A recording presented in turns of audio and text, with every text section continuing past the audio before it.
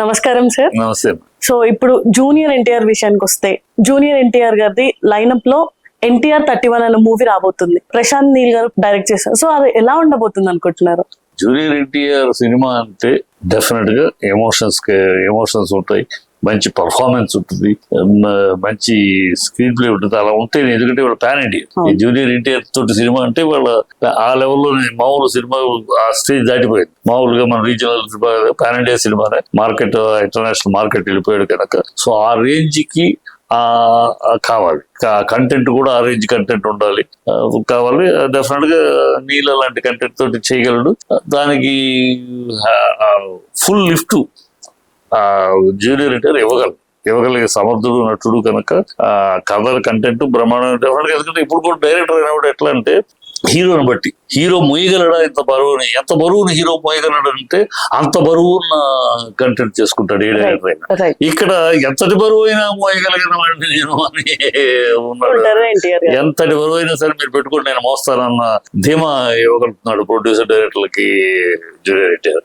So ఆ junior NTR ధీమా ఇస్తున్నాడు కనుక ఖచ్చితంగా నీలకమల్ మంచి బరువు అయిన కంటెంట్ తోటి పర్ఫార్మెన్స్ ఓరియంటెడ్ గా 2.5 hours ప్రజల కూర్చోబెట్టే మ్యాటర్ గా చేస్తాడు. పర్ఫార్మెన్స్ ఉంటుంది. డెఫినెట్ గా we can hope for the biggest మూవీగా బ్లాక్ బస్టర్ గా చూడొచ్చు. Blockbuster in the sense commercial గా కాకుండా నేను సినిమాగా మిగిలిపోయే సినిమా. ఇప్పుడు కమర్షియల్ గా చాలా సినిమాలు హిట్ అవుతాయి, ఆ తర్వాత ఈ చరిత్రలో మిగలవు.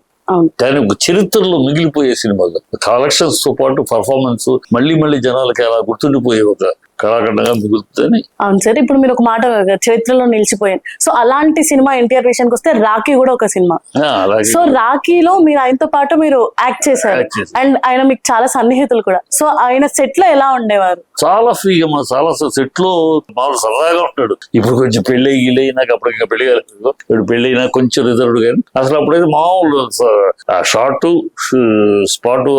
అది అంత ఆ మూడ్ అంతే. ఆ మూడ్ అయిపోయిందని చాలా రిలాక్స్ అవుతాడు, చాలా ఫ్రెండ్లీగా జోలిగా సరదాగా అందరితో సరదాగా మాట్లాడతాడు. పెద్ద చిన్న లేదు, పెద్ద చిన్న వాళ్ళు పెద్దోళ్ళు వాళ్ళతోటి గౌరవం, చిన్నోడు వీటితోటి అందరితో సమానంగా కూర్చుంటాడు. ఏం అసలు పరవర్ష భేదాలు లేవు మనిషి దగ్గర, అందరూ ఫ్రీగా ఉంటాడు. చాలా లవ్లీ పర్సన్. ఓకే. ఇప్పుడు ఎన్టీఆర్ విషయానికి వస్తే ఇప్పుడు నార్త్ లో కూడా అతి పెద్ద మూవీ సో వార్ 2 అనే మూవీ సినిమా చేస్తున్నారు కదా. సో దాని గురించి మీ అభిప్రాయం ఏంటి? దాంట్లో మనడు ఇప్పటికే క్రేజ్ తెచ్చుకున్నాడు.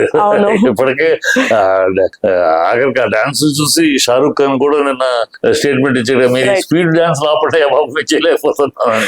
మన సౌత్ నుంచి నార్త్ లో ఒక ఊపు ఊపుతున్నారు అనమాట.